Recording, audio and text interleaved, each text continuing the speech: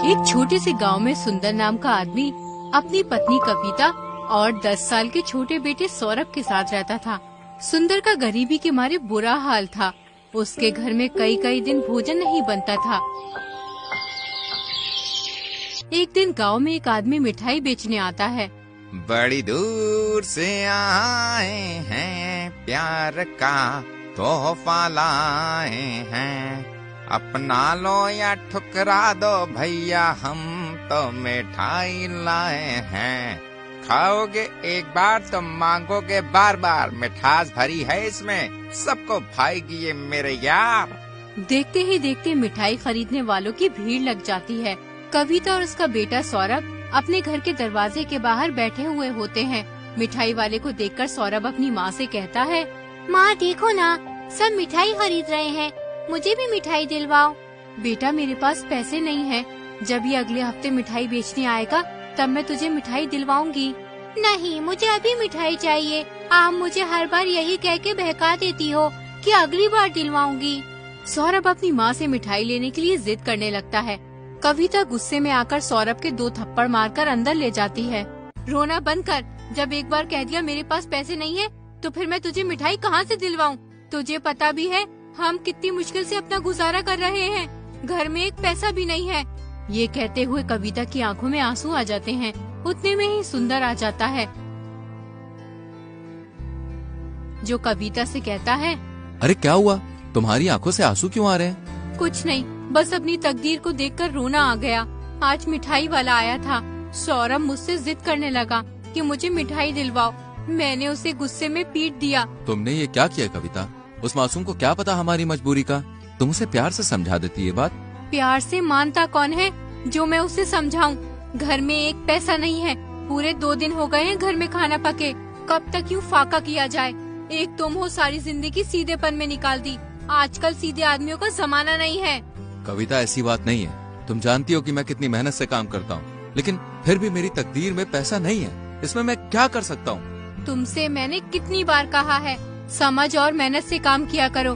तुम अपने सीधेपन की वजह से हर जगह धोखा खा जाते हो। तुम एक काम करो, अपने मित्र सोम के पास जाकर कोई काम मांगो, वो तुम्हें कोई न कोई काम जरूर बता देगा। सुंदर अपने दोस्त सोम के पास जाता है।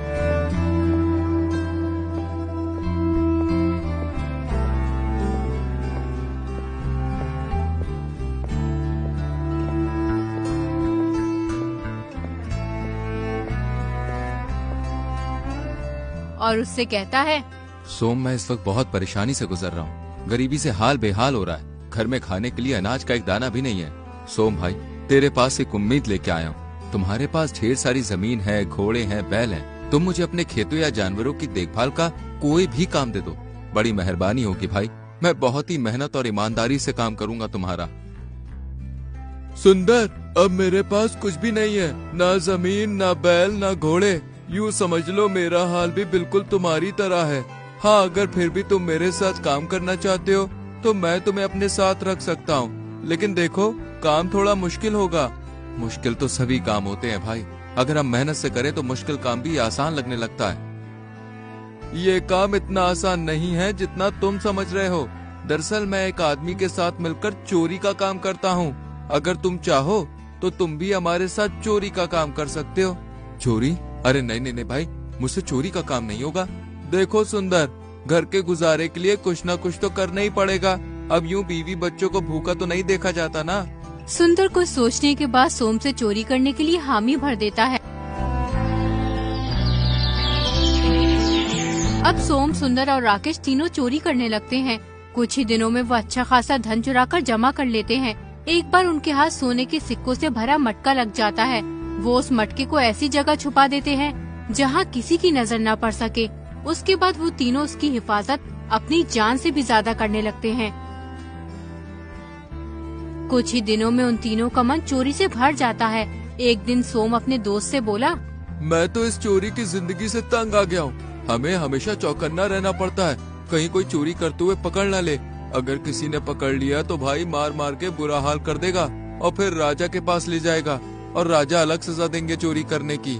तुम सही कहते हो सोम, मैं भी चाहता हूँ कि हम लोग एक शांति भरी और सच्ची जिंदगी जिए।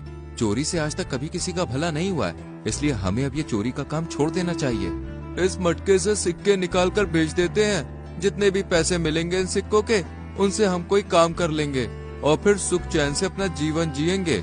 अगर तुम दोनों का अब चोरी करने का मन नहीं है तो हम एक काम करते हैं, हम इन सिक्कों को छुपा कर रखते हैं। अगर किसी को शक हो गया तो लेने के देने पड़ जाएंगे। हमें किसी ऐसी जगह चलना चाहिए जहां हमें कोई भी ना जानता। वहां पे हम ईमानदारी से काम करेंगे और सुकून चैन की जिंदगी जिएंगे, और फिर जैसे ही मौका मिलेगा इन सिक्कों को हम बेच देंगे। राकेश, तुम सही कहते हो, हमें ऐसा ही करना चाहिए। तीनों ने तय कर लिया था कि वो अब कहीं और काम करेंगे और चैन से अपनी जिंदगी बिताएंगे। लेकिन राकेश की नजर उस मटके पे थी। वो सोचता था, किसी भी तरह से मुझे इन दोनों से ये मटका चुरा के भागना है, उसके बाद मुझे कभी भी कोई काम करने की जरूरत नहीं होगी। अब राकेश उस मटके को चुराने के लिए सही मौके का इंतजार करने लगता है।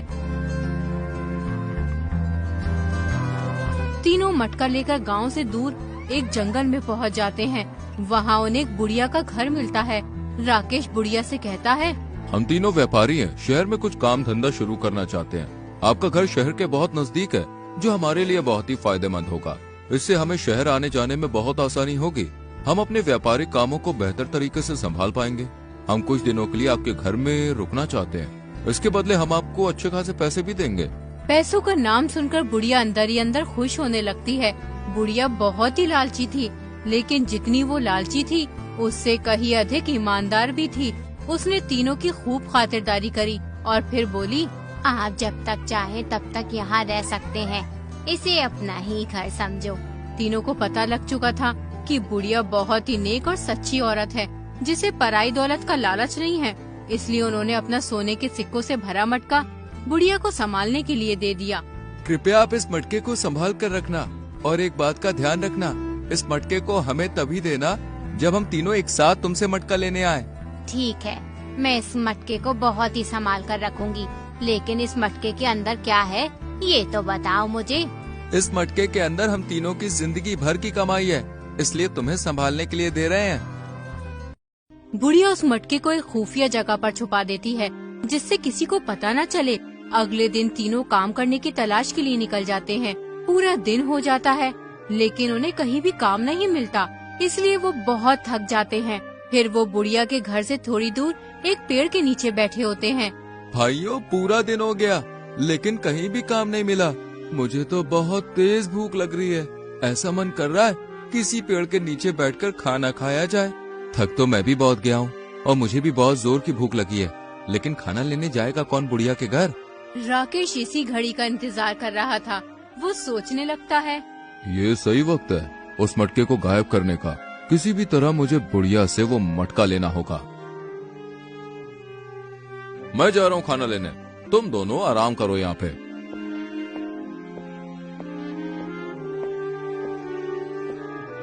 राकेश बुढ़िया के घर पहुंचकर बोला, माँ, मुझे मेरे दोस्तों ने मटका लेने भेजा है। दरअसल हम उस मटके के 4 हिस्से करना चाहते हैं। 4 हिस्से क्यों करना चाहते हो? तुम तो 3 हो, फिर एक हिस्सा किसका है? वो एक हिस्सा हम तुम्हें देना चाहते हैं। तुमने हमारी देखभाल जो की है, तुम्हें पता भी है उस मटके के अंदर सोने के सिक्के हैं। तुम्हारे हिस्से में बहुत सारे सिक्के आएंगे। तुम उन सिक्कों से अपनी बची कुची जिंदगी आराम से काट लोगी। लाओ, जल्दी मुझे वो मटका ला कर दो। मुझे अपने हिस्से का कोई लालच नहीं है। मैं तुम्हें मटका तभी दूंगी जब तुम तीनों एक साथ मेरे पास मटका लेने आओगे। राकेश सोचने लगता है, हाँ, ये बुढ़िया तो बहुत चालाक है, ये मेरी बातों में आ ही नहीं रही। अब क्या करूं? एकदम राकेश के दिमाग में एक विचार आया। वो बुढ़िया से बोला, अगर तुम्हें मेरी बात पे यकीन नहीं है तो तुम खुद ही जाकर पूछ लो। बुढ़िया घर से बाहर निकली। उसने दोनों को एक पेड़ के नीचे बैठे हुए देखा। उसने दूर से ही उन दोनों को आवाज लगाई, क्या तुम दोनों ने अपने दोस्त को मटका लेने भेजा है? सुंदर और सोम को बुढ़िया की आवाज साफ सुनाई नहीं दी। उसने सोचा बुढ़िया खाने के लिए पूछ रही है, इसलिए उन्होंने बुढ़िया से कहा, हाँ, उसे दे दीजिए। बुढ़िया ने सोचा ये आदमी सही कह रहा है। उन्होंने अपना मटका मंगाया है और ये मुझे भी हिस्सा देना चाहते हैं। बेचारे बहुत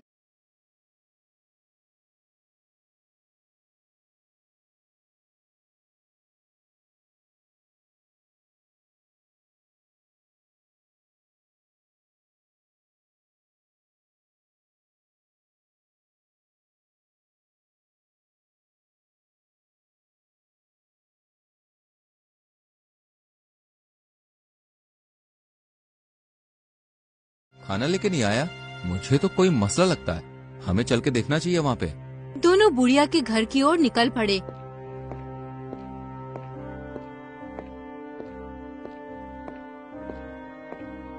घर पहुंचकर वो बुढ़िया से बोले, हमने अपना दोस्त राकेश खाना लेने भेजा था, लेकिन वो हमारे पास नहीं आया। वो कहाँ है? तुमने उसे खाना लेने भेजा था या सोने के सिक्कों से भरा मटका? अरे हमने उसे खाना लेने भेजा था। उन दोनों की बात सुनकर बुढ़िया घबरा जाती है। उसने मुझसे कहा था तुमने उसे मटका लेने भेजा है। मैंने तुमसे भी पूछा था, तुमने मुझसे कहा हाँ दे दीजिए, इसलिए मैंने उसे मटका दे दिया। बुढ़िया की ये बात सुनकर उन्हें एक झटका सा लगा। वो तुरंत समझ गए कि उनके दोस्त राकेश ने उन्हें धोखा दे दिया है। हमने आपसे कहा था कि मटका तभी देना जब हम तीनों एक साथ आपसे मटका मांगेंगे, लेकिन तुमने हमारी बात नहीं मानी और मटका राकेश को दे दिया। मुझे तो लगता है तुम दोनों ने हमारे माल को हथियाने की साजिश की है। तुम भी उसके साथ मिली हुई हो और हमारा पागल बना रही हो। दोनों की बात सुनकर बुढ़िया बहुत दुखी हुई और बोली, मैंने कभी जीवन में किसी के साथ धोखा नहीं किया। तुम फालतू में मुझ पर शक कर रहे हो। तुम झूठ बोल रही हो। तुम्हें हमारे साथ राजा के पास चलना होगा। दोनों बुढ़िया को राजा के पास ले जाते हैं और फिर राजा से कहते हैं, महाराज, हम तीनों ने इस बुढ़िया को अपनी जिंदगी भर की कमाई संभाल कर रखने के लिए दी थी। हमने इनसे कहा था कि हमें मटका तभी देना जब हम तीनों एक साथ तुम्हारे पास लेने आए, लेकिन इन्होंने हमारी गैर मौजूदगी में वो मटका हमारे दोस्त राकेश को दे दिया और वो मटका लेकर फरार हो गया। क्यों अम्मा जी, क्या ये दोनों सच बोल रहे हैं? हाँ महाराज, ये दोनों सच बोल रहे हैं, लेकिन मैंने इनसे आवाज देकर पूछा था कि क्या तुम्हारे दोस्त को मटका दे दूं, तो इन्होंने हाँ कह दिया, इसलिए मैंने उसे मटका दे दिया। नहीं महाराज, ये झूठ बोल रही है। हमने खाना देने के लिए हाँ कहा था, न कि मटका देने के लिए। महाराज, ये भी हमारे दोस्त राकेश के साथ मिली हुई है। ये सब इस बुढ़िया की लापरवाही की वजह से हुआ है, जिससे तुम दोनों को नुकसान हुआ है। इसलिए तुम्हारे नुकसान का सारा हर्जाना बुढ़िया को 5 दिन के अंदर भरना होगा। अगर ये हर्जाना नहीं भर सकी तो फिर इन्हें सजा मिलेगी। राजा की बात सुनकर बुढ़िया रोती हुई अपने घर।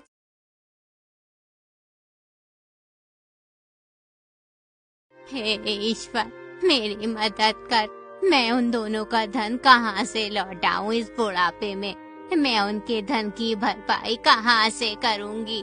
उधर मंत्री राजा से कहता है, महाराज, मुझे लगता है कि वो बुढ़िया बेकसूर है। हमें एक बार इस मसले की सही से तहकीकात करनी चाहिए। वो इस बुढ़ापे में उन दोनों का इतना सारा धन कहाँ से लौटाएगी? तुम सही कहते हो, हमें इस मामले की सही से तहकीकात करनी चाहिए। तुम एक काम करो, कल भेष बदलकर उस बुढ़िया के घर जाओ और सच का पता लगा के आओ। अगले दिन मंत्री एक साधारण आदमी का भेष बदलकर बुढ़िया के घर पहुंच जाता है। जब वो बुढ़िया के घर पहुंचता है, उस वक्त बुढ़िया रो रही होती है। मंत्री बुढ़िया से कहता है, अम्मा, आप क्यों रो रही हैं? आपको कोई परेशानी है क्या? नहीं बेटा, मैं अपनी किस्मत पर रो रही हूँ। मैंने हमेशा दूसरों का भला चाहा, उस भलाई का मुझे आज ये अंजाम मिल रहा है। बुढ़िया मंत्री को अपनी सारी बात बताती है, किस तरह राकेश उसे धोखा देकर मटका ले गया और राजा ने 5 दिन के अंदर सुंदर और सोम का हर्जाना भरने का वक्त दिया है। बुढ़िया की बात सुनकर मंत्री कहता है, ईश्वर करे उन दोनों को तुम्हारे साथ ऐसा सुलूक करने की सजा मिले। तुम परेशान ना हो अम्मा, ईश्वर ने चाहा तो सब ठीक हो जाएगा। मंत्री राजमहल जाकर राजा को सारी बात बताता है। मंत्री की बात सुनकर महाराज बहुत हैरान होते हैं। फिर वो मंत्री से कहते हैं, ये तो हमसे बहुत बड़ी गलती हो गई। क्या तुम इस मामले को हल कर सकते हो? जी महाराज, बिल्कुल। जैसे कि उन तीनों ने बुढ़िया से शर्त लगाई थी कि हमें मटका तभी देना जब हम तीनों एक साथ लेने आए, लेकिन वो तो 2 हैं, इसलिए शर्त के मुताबिक मटका तभी मिलेगा जब तीनों एक साथ आएंगे। शाबाश, बहुत खूब, तुम बहुत समझदार हो मंत्री। बुढ़िया और उन दोनों को बता दो कि इस मुकदमे का फैसला दोबारा होगा। अगले दिन बुढ़िया और सुंदर सोम दरबार में आए।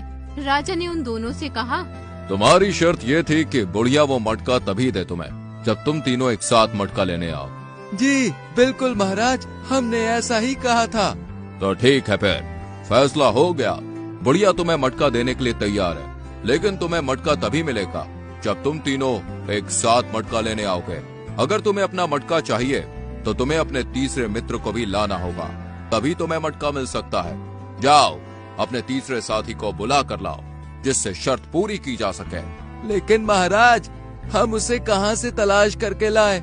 वो तो मटका लेकर फरार हो गया है। हमें इस बात से कोई मतलब नहीं। अगर तुम्हें मटका चाहिए तो शर्त पूरी करनी होगी, वरना तुम यहाँ से जा सकते हो। दोनों बिना कुछ कहे राजमहल से चले जाते हैं। राजा का फैसला सुनकर बुढ़िया खुश हो जाती है। उसके बाद सोम और सुंदर राकेश को बहुत तलाश करते हैं, लेकिन उसका कुछ भी पता नहीं चलता।